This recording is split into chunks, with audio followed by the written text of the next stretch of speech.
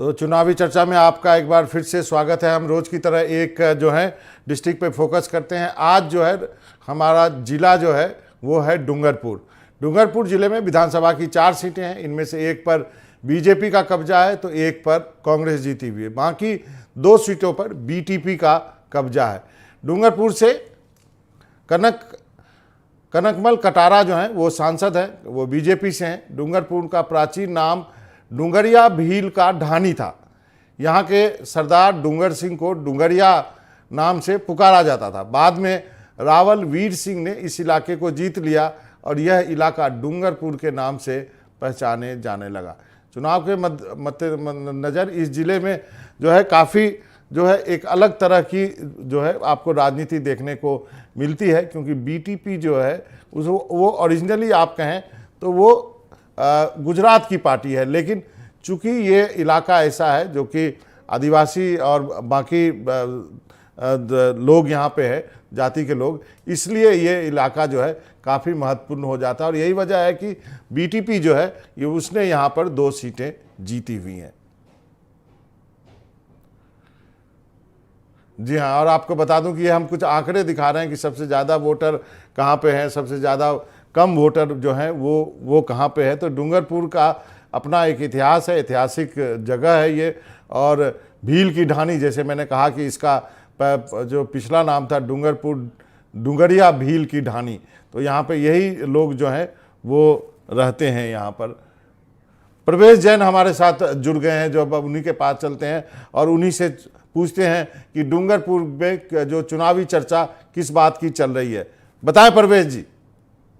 बताना चाहूंगा कि जो नई पार्टी उभर के आई है बीएपी, उसमें अभी विरोधी चल रहा है।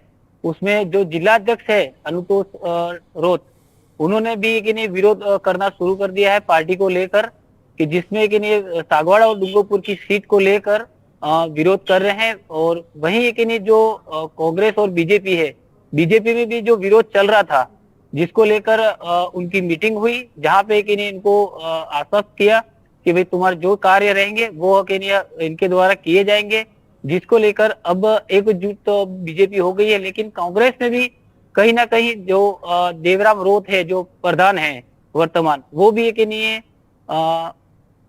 निर्दलीय खड़े हो गए हैं, जिससे कि कांग्रेस को कहीं न कहीं नुकसान होने वाला है।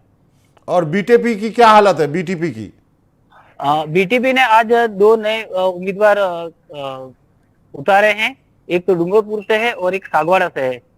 तो उनमें भी यही चल रहा है कि कहीं ना कहीं नुकसान तो होगा ही बीटीपी और बीएपी में, क्योंकि उनकी घर की लड़ाई उनके घर में ही हो रही है अब तो जहां पे बीटीपी की सीट है वहां पे कौन स्ट्रांग आपको दिख रहा है, यदि बीटीपी में आपस में लड़ाई है तो?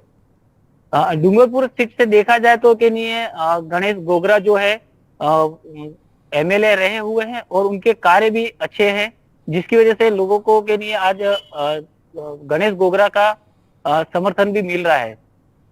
जी प्रवेश जैन जी, आपका बहुत बहुत शुक्रिया।